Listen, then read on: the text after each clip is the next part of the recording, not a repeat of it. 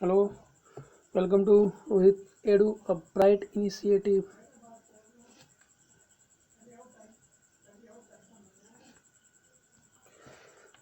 दोस्तों, स्वागत है आपका। मैं रोहित विश्वकर्मा।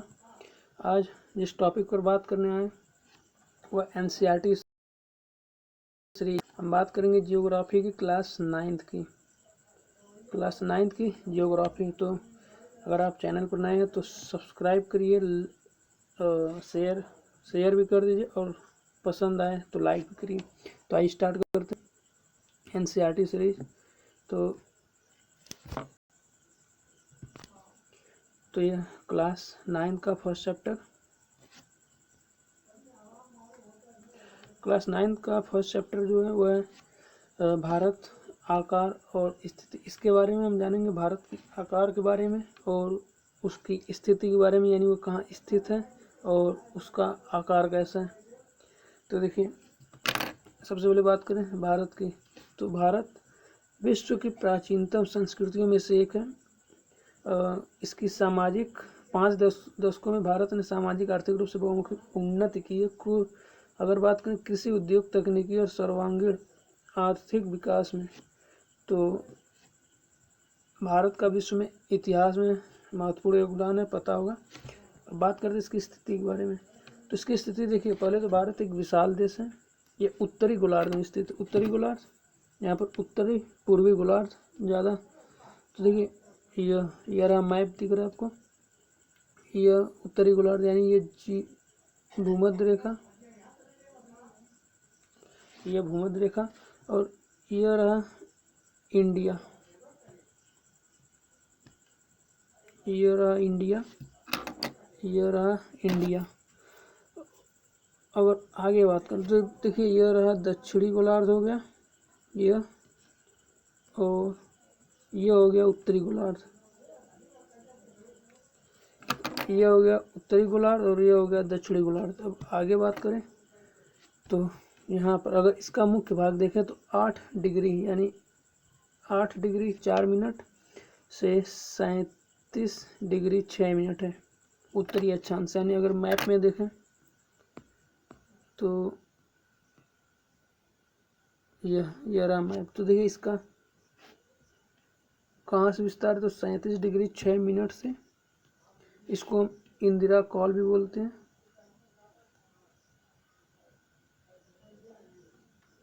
इसको हम बोलते हैं इंदिरा कॉल। और अगर दक्षिणी बिंदु इधर रखिए, ये रहा 8 डिग्री 4 मिनट, इसको हम बोलते हैं कन्याकुमारी।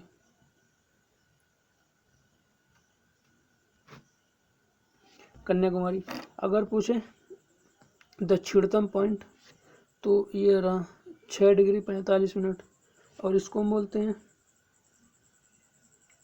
इंदिरा पॉइंट। इंदिरा पॉइंट या पार्सन पॉइंट, पार्सन बिंदु भी बोलते हैं इसको। अब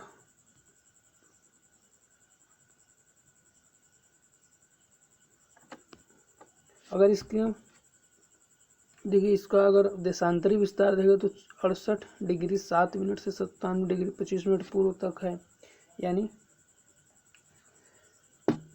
देशांतर विस्तार यानी ये जो छोटा सा मैप दिख रहा है, यह इंडिया। अगर मैप में देखें तो ये देखें,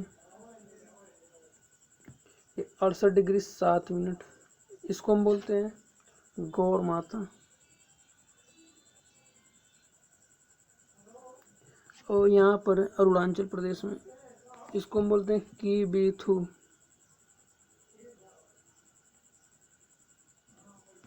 कीबीथू। अब इसकी कर्क रेखा देखिए, ये गई कर्क रेखा, ये दिख रहा होगा डॉट लाइन। इसको हम बोलते हैं कर्क रेखा 23.5 डिग्री। और इसकी अगर मानक यामोत्तर देखें, यह देखिए 20 से गई 82.5 डिग्री यहाँ पर। इसको हम बोलते हैं मानक यामोत्तर, यानी यह सीधा। अब अगर आगे बात करें इसकी हम लंबाई की, अगर पश्चिम से पूर्व की लंबाई है तो 2933 किलोमीटर, और इसकी अगर हम उत्तर से दक्षिण की लंबाई देखें तो 3214 किलोमीटर, यानी कि पूर्व से पश्चिम, यानी इसकी देशांतरी लंबाई कितनी है तो 3214 और अक्षांशी तो यह 2933 किलोमीटर। अब अगर आगे बात करें,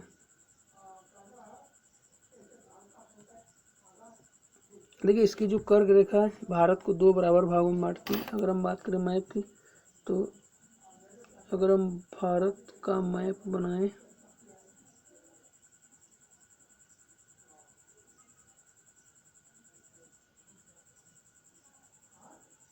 तो यह रहा भारत का मैप। अब अगर यहाँ से हम कर्क रेखा खींचें तो यह रही कर्क रेखा। देखिए यह इसको 2 बराबर भागों में डिवाइड कर रही है, भारत को 2 बराबर भागों में डिवाइड कर रही है। अब आगे बात करें, इसके मुख्य भूभाग के दक्षिण पूर्व में, यानी कि अगर मैप देखें यहाँ,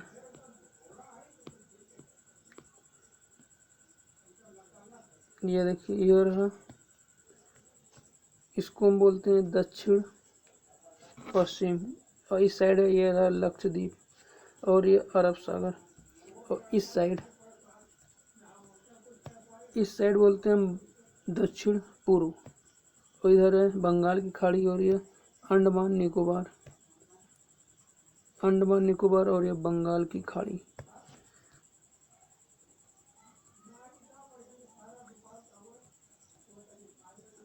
अब इसके अगर हम आकार की बात करें तो इसका आकार 32.8 यानी 32,47,263 वर्ग किलोमीटर है। 32,47,263 वर्ग किलोमीटर। अगर भारत के क्षेत्रफल के विश्व का 2.4% है, देखिए विश्व का 2.4% है। भारत विश्व का 7वां सबसे बड़ा देश है। इसके आगे जो देश हैं तो वह यहाँ पर रूस, कनाडा, संयुक्त राज्य अमेरिका, चीन, ब्राज़ील और ऑस्ट्रेलिया। इसके बाद 7वां भारत, यानी सबसे बड़ा जो देश है वह है रूस, इसके बाद कनाडा, संयुक्त राज्य अमेरिका, चीन, इसके बाद ब्राज़ील, फिर ऑस्ट्रेलिया। अगर आगे बात करें तो इसकी स्थलीय सीमा 15,200 किलोमीटर, अगर हम स्थलीय सीमा की बात करें, और इसकी जो तटीय सीमा है उसको हम बोलते हैं 75 यानी 7,516.6 किलोमीटर, जिसमें से लक्षद्वीप और अंडमान निकोबार की समाहित। इसमें देखिए इसमें जो अंडमान निकोबार द्वीप समूह द्वीप वाला और भारत का भी मिलाकर है। अगर मैप में समझे तो यह रहा मैप, तो यही रही इसकी स्थलीय सीमा।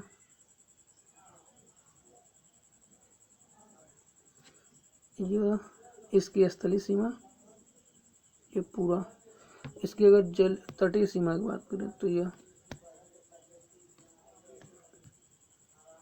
यहाँ से यह इसकी तटीय सीमा, और इसके साथ यह जो अंडमान निकोबार और लक्षद्वीप, इसको मिलाकर कितना है तो इसको मिलाकर 7516.6 किलोमीटर।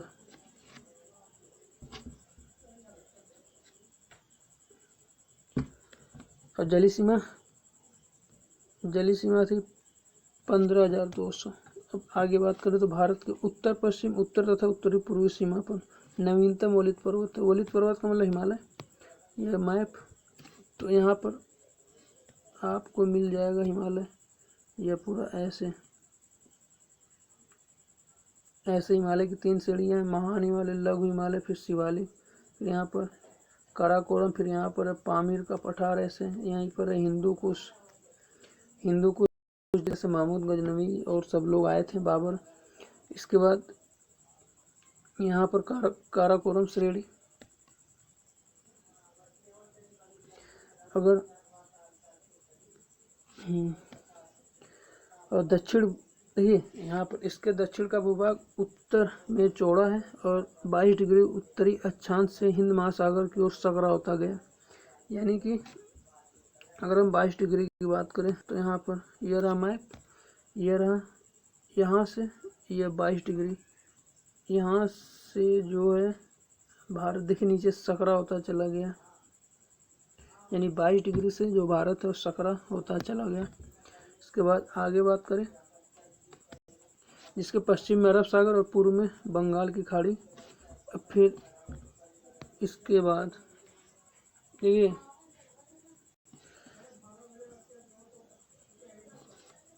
अक्षांश और देशांतर का विस्तार लगभग 30 डिग्री है, परंतु फिर भी पूर्व पश्चिम का विस्तार उत्तर दक्षिण से विस्तार की अपेक्षा कम प्रतीत होता है। यानी इधर देखिए गुजरात से अरुणाचल प्रदेश का स्थानीय समय में 2 घंटे का अंतर होता है। ये अंतर क्या होता है, देखिए अंतर कैसे होता है, तो देखिए पूर्वी देशांतर रेखा 82.5 डिग्री, यानी कि 82.5 डिग्री मानक समय रेखा। अगर मैप में देखें तो यह रहा मैप, तो ये देखिए ये 82.5 डिग्री। और यह यहाँ पर जो उत्तर प्रदेश है उसके मिर्ज़ापुर से गुजरती है, इलाहाबाद के नैनी भी उस बोलते हैं, उसी के पास है। अब अगर आगे बात करें तो अक्षांश का प्रभाव, यहाँ देखिए उत्तर प्रदेश में मिर्ज़ापुर से गुजरती है। अक्षांश का प्रभाव दक्षिण से उत्तर की ओर दिन और रात की अवधि पर पड़ता है। देखिए यहाँ पर अक्षांश का प्रभाव दक्षिण से उत्तर की ओर, यानी कि अगर हम दक्षिण से उत्तर की ओर जाएं, यह दक्षिण और यह उत्तर, तो दक्षिण से उत्तर की जाए तो दिन और रात की अवधि पर पड़ता है, यानी अंतर आएगा। अब देखिए जैसे यहाँ बात करें तो इससे क्वेश्चन ज्ञात करिए कि 82.5 डिग्री पूर्वी देशांतर को भारत की मानक समय रेखा क्यों माना गया। तो इसका सीधा जवाब है क्योंकि ये रेखा दिख रहा है आपको इंडिया के बीचों बीच से जा रही है। देखिए यह रेखा इंडिया के बीचों बीच से जा रही है, इसीलिए इसको मानक समय रेखा माना गया। और कन्याकुमारी और कश्मीर में दिन रात की अवधि में अंतर क्यों होता है, क्योंकि देखिए यहाँ पर लिखा भी है अक्षांश का प्रभाव दक्षिण से उत्तर की ओर। अब देखिए कन्याकुमारी नीचे और कश्मीर ऊपर है।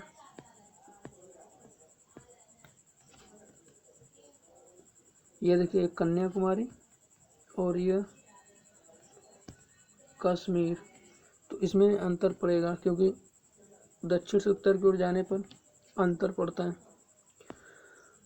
भारत तथा विश्व की बात करते हैं। यहाँ भारत तथा विश्व, तो भारतीय भूखंड एशिया महाद्वीप के पूर्व और पश्चिम के मध्य स्थित है। समझने के लिए पूर्व और पश्चिम के मध्य में स्थित है, यानी कि एशिया महाद्वीप के एकदम मध्य में स्थित है। और भारतीय भूभाग एशिया महाद्वीप का दक्षिणी विस्तार है, यानी कि एशिया का दक्षिणी विस्तार है भारत। हिंद महासागर जो कि पश्चिम में यूरोपीय देशों और पूर्वी एशियाई देशों को मिलाता है, यानी जो हिंद महासागर है वह यूरोपीय देशों और पूर्वी एशियाई देशों को मिलाता है। अगर हम हिंद महासागर की स्थिति देखें तो ये रहा हमारा मैप, ये देखिए रहा हिंद महासागर। अब ये रहे सब एशियाई देश, पूरा एशिया, ये इंडिया, तो ये देखिए ये हिंद महासागर, अटलांटिक महासागर, ये सब है यूरोपीय देश।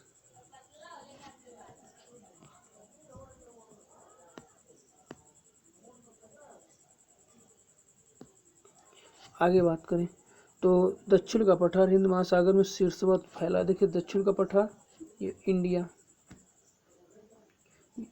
में जो नीचे का भाग है ये पूरा दक्षिण का पठार है।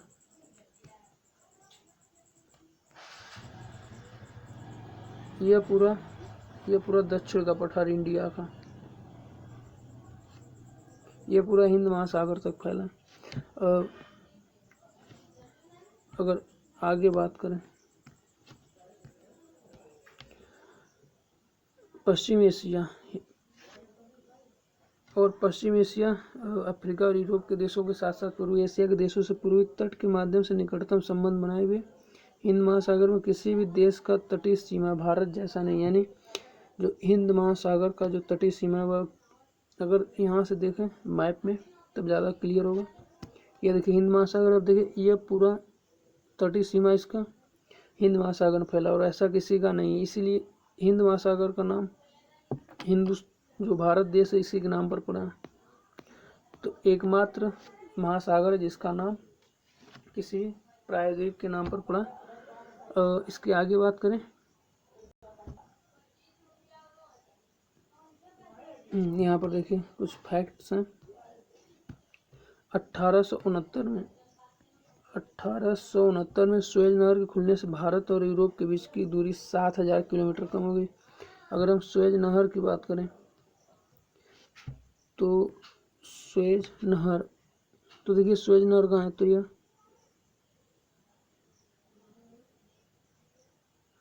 ये रही सुएज नहर,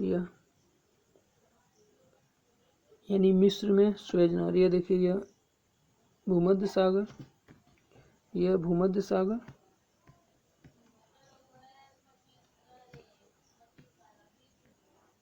सुएज नहर यह रही। ये देखिए यह भूमध्य सागर है और यह लाल सागर, यानी कि लाल सागर को जोड़ती है भूमध्य सागर से।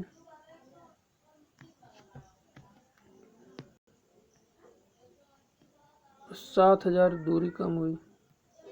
यह रहा मैप। अगर इसके पड़ोसी देशों की बात करें तो पाकिस्तान, यह नेपाल, चीन, भूटान, बांग्लादेश और यह म्यांमार।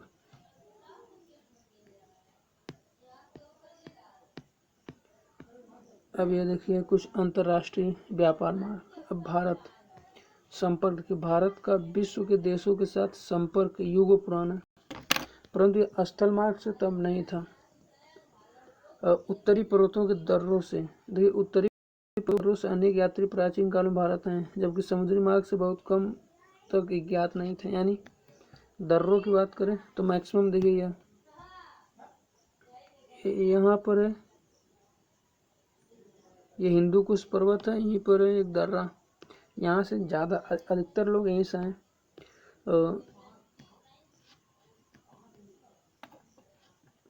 इन मार्गों से प्राचीन समय से वस्तुओं का आदान प्रदान होता रहा है। भारत का पश्चिम, मध्य और पूर्वी एशिया तथा दक्षिणी एशिया के व्यापार के एशिया के पड़ोसी देशों के साथ एक अद्भुत संपर्क रहा। अब अगर आगे बात करें भारत के पड़ोसी देश, तो भारत में कुल 28 राज्य हैं, ये 28 और 9 केंद्र शासित प्रदेश हैं। अगर इधर बात करें तो पश्चिमी और पूर्वी तटों पर केंद्र शासित प्रदेशों की संख्या ज्ञात करें, तो केंद्र शासित प्रदेश, इसके बाद क्षेत्रफल के आधार पर सबसे बड़ा राज्य गुजरात और क्षेत्रफल के आधार पर सबसे छोटा राज्य गोवा। गुजरात सबसे बड़ा, गोवा सबसे छोटा। कौन से राज्य अंतर्राष्ट्रीय सीमा तथा समुद्र तट को स्पर्श नहीं करते हैं, तो कौन कौन से राज्य हैं जो अंतर्राष्ट्रीय यानी जो अंदर होंगे से बात करें यहाँ, तो जो अंदर है वे सब स्पर्श नहीं करते। इसके बाद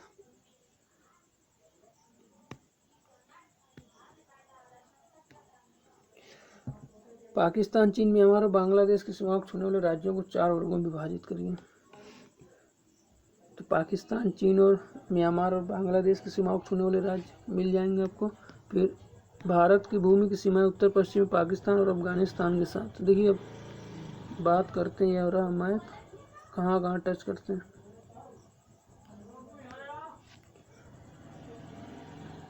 यहाँ से ये पूरा पाकिस्तान, ये पाकिस्तान, फिर इसके आगे ये थोड़ा सा अफगानिस्तान, यहाँ पर 37 डिग्री 6 मिनट लिखा है। इसके बाद यहाँ से ये पूरा चीन, इसके बाद आगे बात करें तो यहाँ से पूरा नेपाल,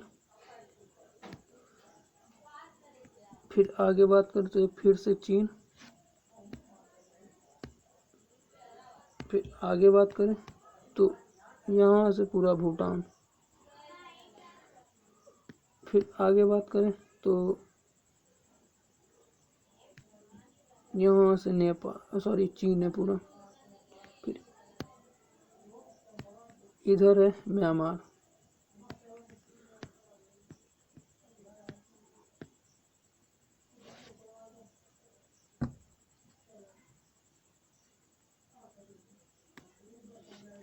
देखिए सन 1947 पूर्व भारत दो प्रकार के राज्य थे, यानी प्रांत और रियासत। देखिए प्रांत क्या थे, एक ब्रिटिश प्रांत यानी जो ब्रिटिश के अंडर में थे, और एक थे रियासत, और एक रियासत यानी वहाँ के जो राजा खुद रहते थे। ब्रिटिश वाले को हम बोलते थे प्रांत, रियासत में वहाँ के राजा रहते थे, लेकिन ये अंग्रेजों की अधीनता स्वीकार कर लिए थे। तो यहाँ पर देखिए लिखा भी है कि वाइज अधिकारी प्रांतों पर शासन करते थे। रियासतों का शासन स्थानीय शासकों द्वारा पैतृकता के आधार पर होता था, लेकिन अंग्रेजों की प्रभुसत्ता मानकर स्वायत्तता से किया जाता था। अब देखिए ये भारत के पड़ोसी, तो अगर पड़ोसी की बात करें, ये पाकिस्तान, ये देखिए छोटा सा लगा अफगानिस्तान, फिर ये पूरा चीन, ये नेपाल, ये भूटान, फिर इधर म्यांमार। देखिए दक्षिण में समुद्र पार करके समुद्र पार हमारे दो द्वीप समूह राष्ट्र श्रीलंका और मालदीव। यानी अगर बात करें तो देखिए यह श्रीलंका और यह रहा मालदीव। ये छोटा सा जो दिख रहा है, ये छोटा सा जो दिख रहा है, इसको हम बोलते हैं मिनिकॉय।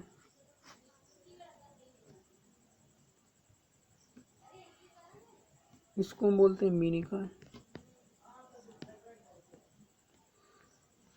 अब बात करें भारत और श्रीलंका के बीच में छोटा समुद्री रास्ता पाक जल संधि तथा मन्नार की खाड़ी है। मालदीव लक्षद्वीप के दक्षिण में स्थित है, यानी यह लक्षद्वीप और यह मालदीव इसके दक्षिण में स्थित है। इसके बाद यहाँ पर अपने पड़ोसी देशों के साथ भारत का भौगोलिक ऐतिहासिक संबंध बहुत अच्छे रहे।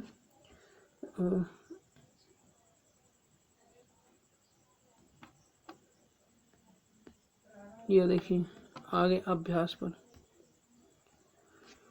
तो कर्क रेखा किस राज्य से नहीं गुजरती, तो यह किस राज्य से नहीं गुजरती, तो उड़ीसा से नहीं गुजरती है। इसके बाद भारत का सबसे पूर्वी देशांतर कौन सा है, तो अगर पूछे भारत का सबसे पूर्वी देशांतर तो वह 97 डिग्री 25 मिनट। उत्तराखंड, उत्तर प्रदेश, बिहार के सिक्किम की सीमाएं किस देश को छूती है, तो वह नेपाल। इसके बाद ग्रीष्मावकाश में यदि आप कावरत्ती जाना चाहते हो तो किस कावरत्ती, देखिए लक्षद्वीप में। मेरे एक मित्र ऐसे देश के निवासी जिसे देश की सीमाओं के साथ भारत नहीं लगते, तो बताइए वह कौन सा देश है, तो वह तजाकिस्तान है। तो ये रहा हमारा आज का वीडियो एनसीईआरटी क्लास, ये एनसीईआरटी क्लास